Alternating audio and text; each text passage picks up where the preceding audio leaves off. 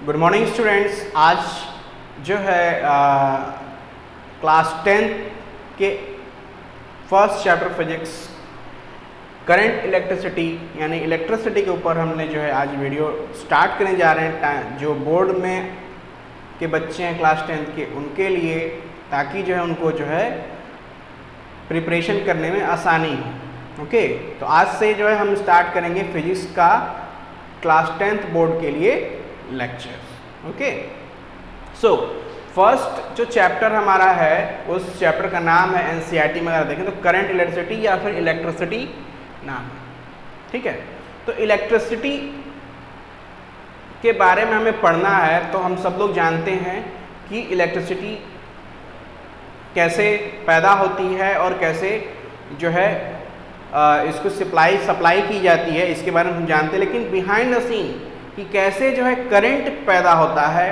कैसे जो है ये फ्लो होता है, उसके पीछे का कारण क्या है इलेक्ट्रिसिटी फ्लो होने का, वो चीज़ें जो है इस चैप्टर को पढ़ने के बाद हम लोग जानेंगे। तो सबसे पहले बेसिकली देखिए, आपके जो चैप्टर है पूरा इलेक्ट्रिसिटी, इसमें क्या क्या आपको पार्ट है उनके बारे में जानना है। तो देखिए, इलेक्ट्रिसिटी डिवाइड किया गया है इस चैप्टर में। सबसे पहले आप जानेंगे कि इलेक्ट्रिक करंट क्या है। ठीक है, इलेक्ट्रिक करंट को डिफाइन करना है और इलेक्ट्रिक करंट को कैसे जो है सप्लाई होती है वो जानना है। फिर इलेक्ट्रिक पोटेंशियल एक इम्पॉर्टेंट टॉपिक है जो कि आपको जानना है। ठीक है, ओम्स लॉ।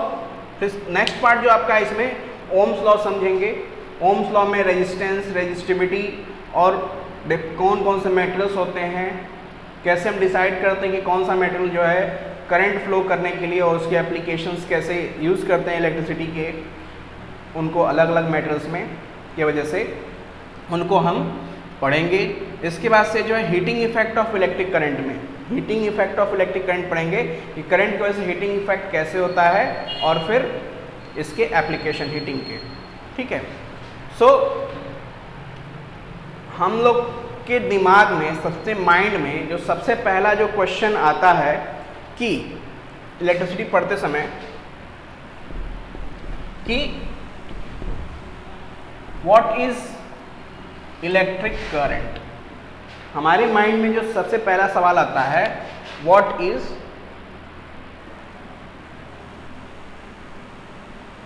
Electric current. ठीक है, फर्स्ट क्वेश्चन हमारे माइंड में आता है कि व्हाट इज इलेक्ट्रिक करंट। तो करंट मीन्स होता है बच्चों धारा, एक धारा। जैसे कि वाटर फ्लो होता है, जब कहीं पे अगर कहीं पे पानी झरने से गिर रहा है तो उसको हम क्या करते हैं, वाटर करंट, पानी की धारा। उसी तरह से अगर आपका सर्किट है, बैटरी लगा हुआ है, ये सर्किट है, तो इसमें अगर करंट फ्लो हो रहा है तो इसको हम कहते हैं इलेक्ट्रिक। ठीक है, इलेक्ट्रिक करंट। तो ये करंट होता क्या एक्चुअली, तो हम सभी बच्चे पहले से इंटेलिजेंस हैं, सब जानते हैं, जान चुके होंगे अब तक कि फ्लो ऑफ चार्ज की वजह से जब चार्ज फ्लो होता है, ठीक है, तो उसको हम कहते हैं करंट। तो सभी बच्चे जो हैं मैक्सिमम जो है आंसर आपका देंगे कि rate of flow of charge is known as current, electric current. ठीक है, rate of flow of charge को हम क्या कहते हैं, इलेक्ट्रिक करंट। ये बुकिश लैंग्वेज है, बुकिश भाषा है कि हाँ भाई rate of flow of charge यानी I बराबर क्या होता है, करंट बराबर Q/T। यानी अगर जो है आपका, और इसकी SI यूनिट क्या होती है, देखिए चार्ज का होता है SI यूनिट कूलम, C से दिखाते हैं, और टाइम का क्या होता है सेकंड, तो कूलम पर सेकंड को हम क्या लिखते हैं, एम्पियर। एम्पियर जो है, एम्पियर नाम के वैज्ञानिक थे, उनके सम्मान में एम्पियर यूनिट रखा गया है करंट का। ठीक है, क्योंकि उन्होंने पहली बार इस पर एक्सपेरिमेंट किया था। और इसको हम एम्पियर को कैपिटल ए से दिखाते हैं। ठीक है, तो ये इसकी एसआई यूनिट होती है, याद रखिएगा, एम्पियर। ठीक है, कूलम पर सेकेंड यानी एम्पियर। तो अगर आपको 1 एम्पियर का करंट पैदा करना है, कोई आपसे पूछता है भाई कि 1 एम्पियर करंट क्या है, तो 1 एम्पियर का करंट पैदा करने के लिए आपको क्या चाहिए? 1 कूलम का चार्ज चाहिए इन 1 सेकेंड। अगर किसी वायर से, मान लीजिए एक सर्किट है, ये आपका सर्किट है, इसमें एक चार्ज फ्लो हो रहा है। सो अगर हमको जो है 1 एम्पियर करंट फ्लो करवाना है, 1 एम्पियर करंट, तो हम क्या करेंगे? 1 कूलम चार्ज को 1 कूलम चार्ज होना चाहिए, और ये कितने सेकंड में यहाँ से यहाँ तक फ्लो जानी चाहिए? 1 सेकंड में। ठीक है, तो टाइम कितना लग रहा है? 1 सेकंड में। तो इसको बोलेंगे हम 1 एम्पियर। 2 एम्पियर अगर करवाना है तो हम क्या करेंगे? 2 कूलम का चार्ज 1 सेकंड में। 2 सेकंड में नहीं, फिर से 1 आ जाएगा। ठीक है, तो अगर हमको 2 एम्पियर का चार्ज फ्लो करवाना है, करंट फ्लो करवाना है, तो हम जो है क्या करेंगे? 2 कूलम का चार्ज फ्लो कराएंगे 1 सेकंड में। इसी तरह से 3 एम्पियर का अगर हमको फ्लो कराना है, एम्पियर करंट है किसी सर्किट में, तो इसका मतलब क्या है? उसमें 3 कूलम का चार्ज 1 सेकंड में फ्लो हो रहा है। तो आपको अगर कोई पूछता है what is 1 ampere, what is 1 ampere, define 1 ampere current, तो 1 एम्पियर करंट को डिफाइन करने का सिंपल सा तरीका है कि if 1 coulomb of charge is flowing through a circuit in 1 second is known as 1 ampere current. ठीक है, तो ये डेफिनेशन है आपका 1 एम्पियर ऑफ करंट का। ओके, तो अभी हम लोग देख रहे थे कि करंट फ्लो क्यों होता है। सबसे पहले तो ठीक है, व्हाट इज इलेक्ट्रिक करंट, तो पता चल गया कि rate of flow of charge is known as electric current. लेकिन करंट फ्लो किस वजह से होता है? ठीक है, ये करंट जो है फ्लो किस वजह से होगा, तो आप देखिए, आपने देखा है कि आपने क्लास 8 में या आपने प्रीवियस 9th में चैप्टर्स में अगर पढ़ा होगा प्रीवियस क्लासेस में कि करंट को फ्लो करने में मदद कौन कौन से, किस तरह के ऑब्जेक्ट जो है करंट को फ्लो करने में के लिए आसानी होती हैं, के लिए हेल्पफुल होते हैं। तो हमने पढ़ा था 2 तरह के ऑब्जेक्ट्स होते हैं, कंडक्टर एंड इंसुलेटर्स। कंडक्टर पढ़ा था और इंसुलेटर्स पढ़ा था हमने। क्या पढ़ा था? Conductor and insulator. कंडक्टर क्या होते हैं? जो इलेक्ट्रिसिटी को कंडक्ट करते हैं, और इंसुलेटर्स क्या होते हैं? जो इलेक्ट्रिसिटी को नहीं करते हैं कंडक्ट। तो इंसुलेटर में हमने ग्लास, एग्जाम्पल में ग्लास, वुड, सब लोग जानते हैं कौन कौन से ऑब्जेक्ट्स हैं। और कंडक्टर में स्पेशली हमने पढ़ा था कि कंडक्टर्स, गुड कंडक्टर कौन होते हैं? मेटल्स। जितने भी मेटल्स की चीज़ें हैं वो क्या हैं? गुड कंडक्टर ऑफ इलेक्ट्रिसिटी होते हैं, यानी ये अपने अंदर से करंट को पास करने देते हैं। तो ऐसा क्या खासियत होता है मेटल्स के अंदर कि ये करंट को पास करने देते हैं, ये इंसुलेटर्स नहीं करने देते हैं? तो उसी को हमें देखना है। समझना है, तब आपको समझ में आ जाएगा कि करंट फ्लो क्यों होता है, कंडक्टर्स में, इंसुलेटर्स में नहीं होता है। तो देखिए,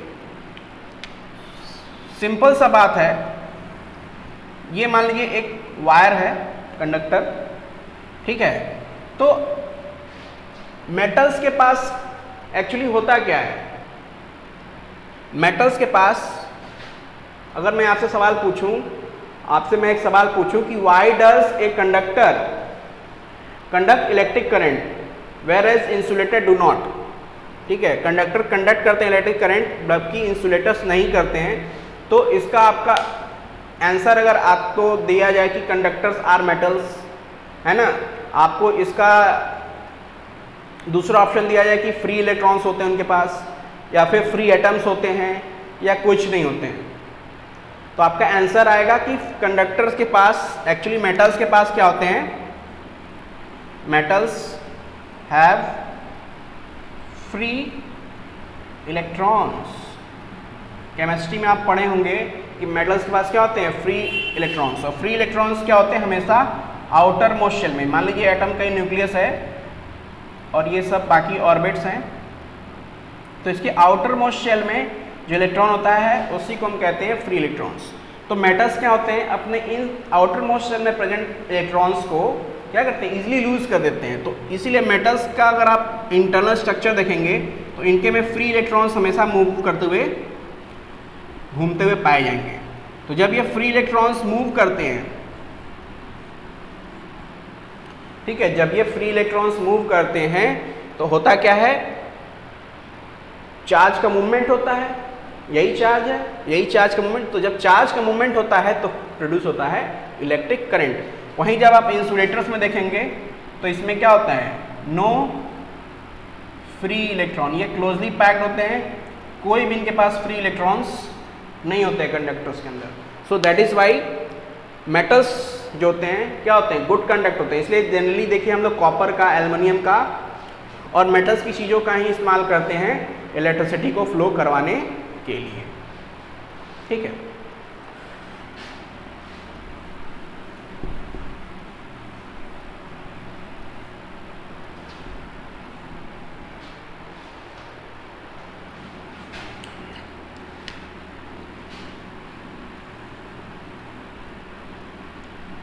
तो यहाँ पे सवाल उठता है भाई, करंट पैदा हो गया, चार्ज फ्लो होने लगा, करंट पैदा हो गया, तो करंट को फ्लो करने के लिए क्या चाहिए, पाथ चाहिए, रास्ता चाहिए।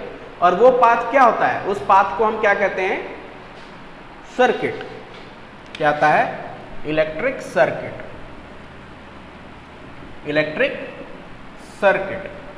तो इलेक्ट्रिक सर्किट जो है देखिए दो तरह के होते हैं, ओपन सर्किट,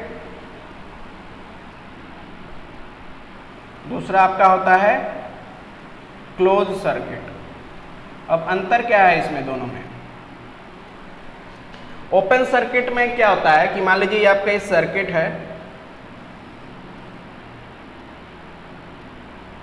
इसका ये ए इंड है, ये आपका बी इंड है, और यहाँ पे इससे बैटरी कनेक्टेड है। तो देखिए यहाँ पे ये क्लोज नहीं है, और क्लोज सर्किट का डायग्राम अगर बनाएं तो कुछ इस तरह से होगा।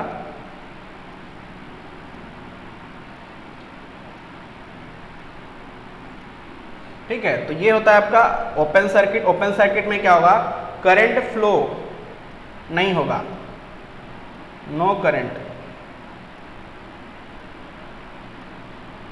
क्योंकि करंट को फ्लो होने के लिए क्या चाहिए, पाथ चाहिए, वो भी जो है क्या चाहिए, अनब्रेकेबल पाथ। जहां पे भी अगर मान लीजिए यहां से ब्रेक कर देते हैं हम, तो क्या होगा, ये देखो यहाँ पे पहले ब्रेक है, तो यहाँ से ए से बी तक करंट आगे पास नहीं होगा, जिसके वजह से पूरी सर्किट, यानी देखिए ये नेगेटिव पार्ट होता है बैटरी का, ये पॉजिटिव पार्ट होता है, तो करंट के लिए पूरा पाथ कंप्लीट नहीं हो रहा है। यानी कि करंट हमेशा जो है एक क्लोज सर्किट यानी क्लोज लूप में फ्लो होता है। यहाँ से आपको ये पता चलता है कि करंट हमेशा क्लोज लूप में ही, क्लोज सर्किट पाथ में ही फ्लो होगा। ठीक है, तो क्लोज सर्किट में क्या है, देखिए ये पॉजिटिव पार्ट है, नेगेटिव पार्ट है, एक दूसरे से अटैच है, पॉजिटिव नेगेटिव पार्ट, तो इसमें पूरा का पूरा एक लूप बन रहा है, तो इसमें क्या होगा, करंट फ्लो होगा। ठीक है, पॉजिटिव टर्मिनल बैटरी से नेगेटिव टर्मिनल की तरफ पूरा पाथ एक बन रहा है। अगर ये पाथ कहीं से भी ब्रेक हो जाता है तो करंट इसमें फ्लो नहीं होगा। तो क्लोज सर्किट में क्या होता है, पॉजिटिव बैटरी के पॉजिटिव टर्मिनल से नेगेटिव टर्मिनल तक पूरा एक पाथ क्लोज रहता है, बंद रहता है, उसमें की करंट फ्लो होता है।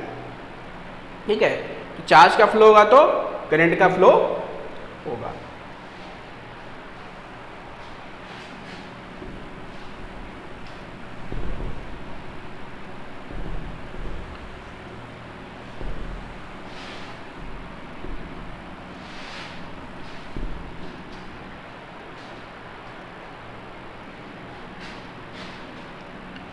तो हमने पढ़ा कि I बराबर क्या होता है, Q/T। तो हमने अब तक पढ़ा है कि जो है चार्ज जब फ्लो होता है तो क्या होता है, करंट पैदा होता है, और करंट जो फ्लो होता है वो क्या होता है, एक क्लोज लूप में फ्लो होता है, यानी सर्किट में फ्लो होता है हमेशा। ठीक है, तो उस सर्किट में देखिए इनिशियली आप देखेंगे किसी मेटल में करंट को फ्लो करवा पाना बड़ा ही मुश्किल है। करंट को फ्लो कराना एक बहुत ही मुश्किल कार्य है, क्योंकि जो है होता क्या है, इलेक्ट्रिक, मान लीजिए ये एक वायर है, इसमें इलेक्ट्रॉन्स हैं,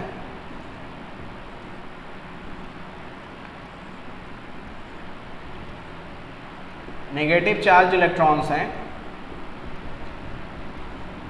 और ये क्या कर रहे हैं एक दूसरे को,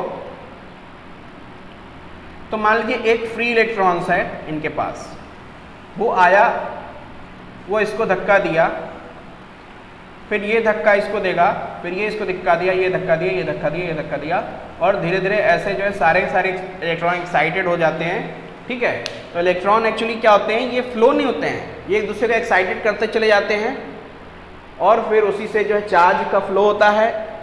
एक इलेक्ट्रॉन अपने अंदर चार्ज करता है दूसरे इलेक्ट्रॉन्स को, और ये धक्का देते देते सबको जो है क्या करता है, एक्टिवेट कर देता है।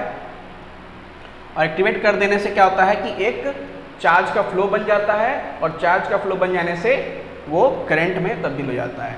तो उसको हम कहते हैं कि देखो चार्ज फ्लो हो रहा है, यानी कि करंट फ्लो हो रहा है। ठीक है, सो बेसिकली यहाँ पर मेरा बताने का अर्थ ये है कि जब ये करंट फ्लो होता है, जब ये इलेक्ट्रॉन का फ्लो होता है, तो इस इलेक्ट्रॉन को एक्साइट करना, अगर आप नॉर्मल स्थिति में देखेंगे, अगर उसमें बैटरी कनेक्टेड नहीं है, ठीक है, उसमें अगर बैटरी कनेक्टेड नहीं है, नॉर्मल कंडीशन में अगर आप देखेंगे तो क्या है कि इलेक्ट्रॉन में आपका जो मेटल होता है, कोई मेटल, उसमें पॉजिटिव और नेगेटिव, पॉजिटिव और नेगेटिव, पॉजिटिव और नेगेटिव बराबर बराबर डिस्ट्रीब्यूट होते हैं।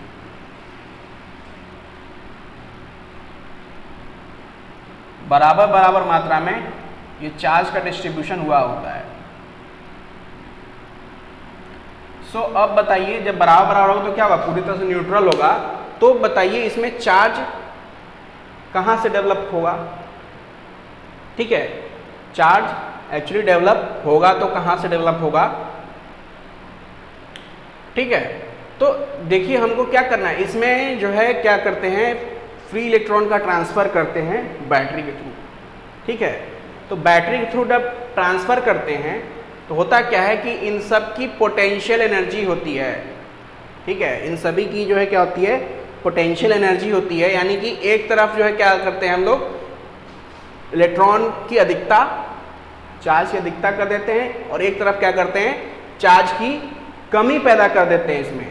ठीक है, वायर के एक तरफ चार्ज बहुत अधिक कर देते हैं, जब बैटरी लगता है तो क्या होता है, बैटरी के पास एक्स्ट्रा चार्ज होता है, तो बैटरी क्या करता है, अपने दो टर्मिनल के बीच में इलेक्ट्रॉन की कमी पैदा कर देता है। एक तरफ बहुत ज़्यादा कर देता है और एक तरफ जो है बिल्कुल कम कर देता है चार्ज।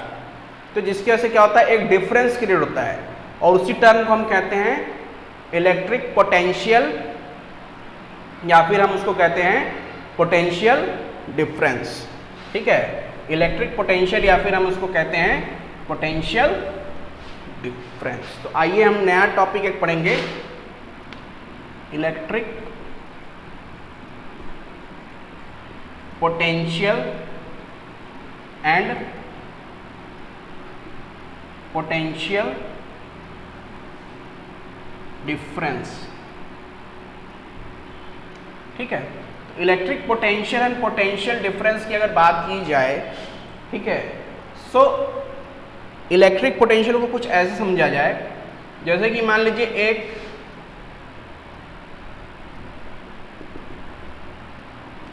एक आपका ये टब है ए, इसमें पानी भरा हुआ है, और ये आपका एक टब बी है, दोनों में बराबर बराबर पानी भरा हुआ है। एक बराबर पानी भरा हुआ है टब ए और बी में, और दोनों क्या हैं, एक पाइप से कनेक्टेड हैं। तो क्या बताइए, आप लोग को बताना है कि क्या इसमें वाटर का फ्लो किस तरफ होगा, ए की तरफ, बी से ए की तरफ, या ए से बी की तरफ, किस तरफ होगा।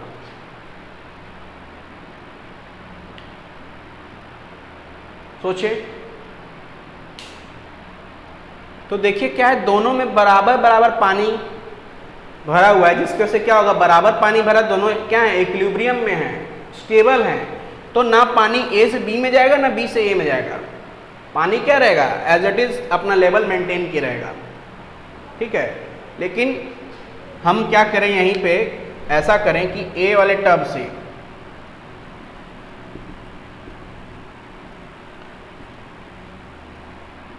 ए वाला टब ये है और बी वाला टब को हम थोड़ा नीचे कर दें और इसको कनेक्ट कर दें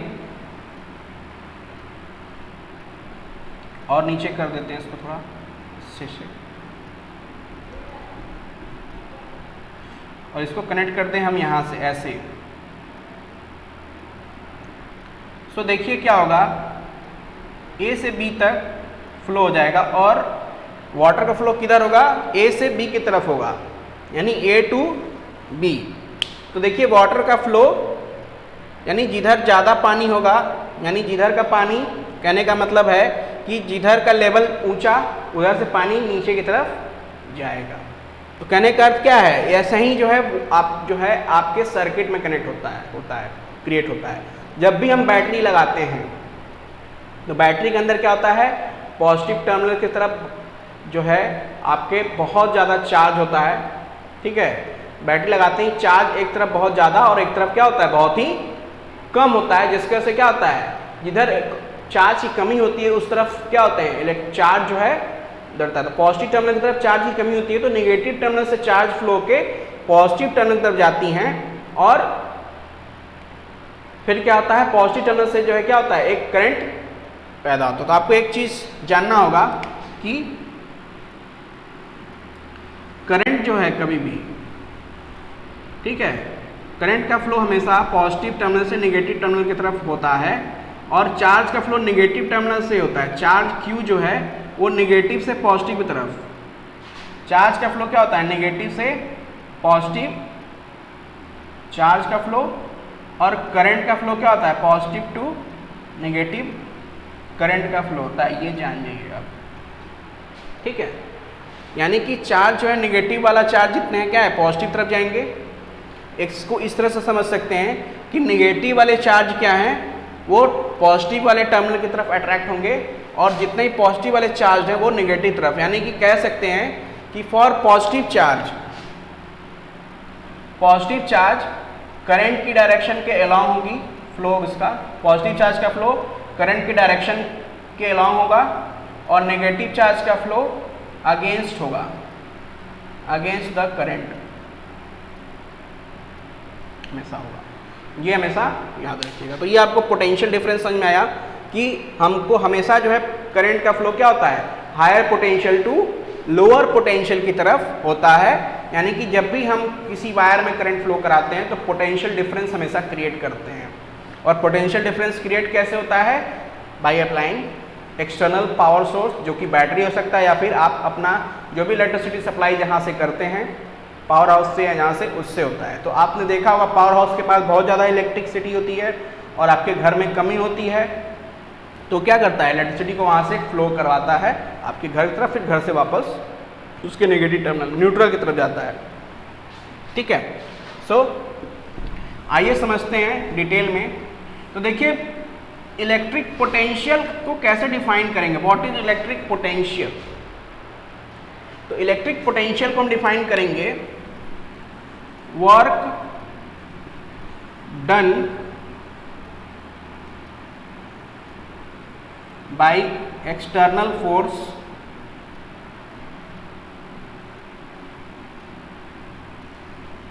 work done by external force in bringing a Q charge from infinity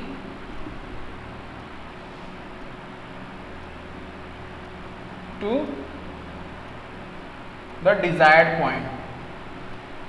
जहाँ पे आप लाना चाहते हैं वहाँ तक लाने में, सपोज करिए कि एक ए पॉइंट है और आप एक चार्ज आपका क्या है, इन्फिनिटी पे रखा है Q, ठीक है, ये प्लस Q चार्ज यहाँ इन्फिनिटी रहेगा। तो इस चार्ज को इन्फिनिटी से यहाँ तक लाने में जो आप वर्क करेंगे उसी को हम कहेंगे पोटेंशियल डिफरेंस, या उसी को कहेंगे इलेक्ट्रिक पोटेंशियल। इलेक्ट्रिक पोटेंशियल को डिनोट करते हैं सिंबल V से, और V बराबर आपका होता है W/Q, यानी वर्क पर यूनिट चार्ज को हम कहते हैं, वर्क पर यूनिट चार्ज को हम कहते हैं पोटेंशियल V, और ये होता है हमेशा वर्क का आपका ऐसा यूनिट होता है जूल, और चार्ज का क्या होता है कूलम, तो जूल पर कूलम इसका यूनिट हो सकता है, और इसको इसकी एसआई यूनिट जो होती है जूल पर कूलम को हम लिख सकते हैं वोल्ट, क्या लिख सकते हैं वोल्ट, और इसको कैपिटल V से डिनोट करते हैं वोल्ट को, ठीक है। तो अगर मान लीजिए आपसे कोई कहता है कि डिफाइन 1 वोल्ट, 1 वोल्ट किसे कहेंगे, तो अगर किसी भी वायर में 1 जूल का काम होता है चार्ज को फ्लो कराने में, 1 जूल का वर्क कर रहा जा रहा है 1 कूलम ऑफ चार्ज को फ्लो कराने में, ठीक है, 1 कूलम ऑफ चार्ज को 1 जूल को फ्लो कराने में 1 जूल का अगर वर्क किया जाए तो वहाँ पे वोल्टेज क्या होगा, पोटेंशियल डिफरेंस क्या होगा, पोटेंशियल वहाँ पे 1 वोल्ट होगा। 2 वोल्ट किसे कहेंगे, तो अगर आप 2 जूल का काम करते हैं 1 कूलम के चार्ज को फ्लो कराने में तो वहाँ पे 2 वोल्ट होगा। इसी तरह से आप आगे एक्सटेंड करते जाएंगे, ठीक है। तो आपको समझ में आया होगा इलेक्ट्रिक करंट, और आपका इलेक्ट्रिक करंट होता क्या है, और potential, electric potential, potential difference होता क्या है, ये आपको समझ में आ गया होगा, ठीक है। इसके ऊपर जो है न्यूमेरिकल्स जो मौजूद है एनसीईआरटी में उसको आप लगाइएगा, आपको इसके नोट्स जो है सेंड कर दिए जाएंगे, ठीक है, उसे आप अच्छे से पढ़िएगा, ओके। और अगला जो टॉपिक हमारा होगा वो होगा ओम्स लॉ के ऊपर। ओम्स लॉ होता क्या है, रेजिस्टेंस क्या होता है, क्या चीज़ है, कैसे रेजिस्टेंस वोल्टेज और करंट से रिलेटेड है, और उससे रिलेटेड न्यूमेरिकल्स जो है हम लोग सॉल्व करेंगे। सीरीज पैरेलल कॉम्बिनेशन ये सब होता क्या है, ओम्स लॉ के ऊपर डिपेंडेंट होता है ये ओम्स लॉ का इसमें नियम यूज जो होता है उसको हम जो है पढ़ेंगे कॉम्बिनेशन ऑफ रेजिस्टेंस, ओके। और फिर बाद में लास्ट में हीटिंग इफेक्ट ऑफ करंट पढ़ेंगे। तो आज के लेक्चर में इतना ही, अगले लेक्चर में के लिए जो है तब तक के लिए अगर आपको लेक्चर पसंद आया तो कमेंट करिए, ठीक है। कुछ और एक्स्ट्रा नोट्स अगर आप चाहिए, और ज़्यादा एक्सप्लेनेशन चाहिए आपको किसी चीज़ के बारे में आज के टॉपिक से रिलेटेड, तो उसके लिए जो है हमें उसमें कमेंट बॉक्स सेक्शन में हमें लिखें, हम आपको उसको एक्सप्लेनेशन यहाँ पे वीडियो लेक्चर के थ्रू प्रोवाइड करवाएंगे, ओके। सो आज के लिए इतना ही, थैंक यू।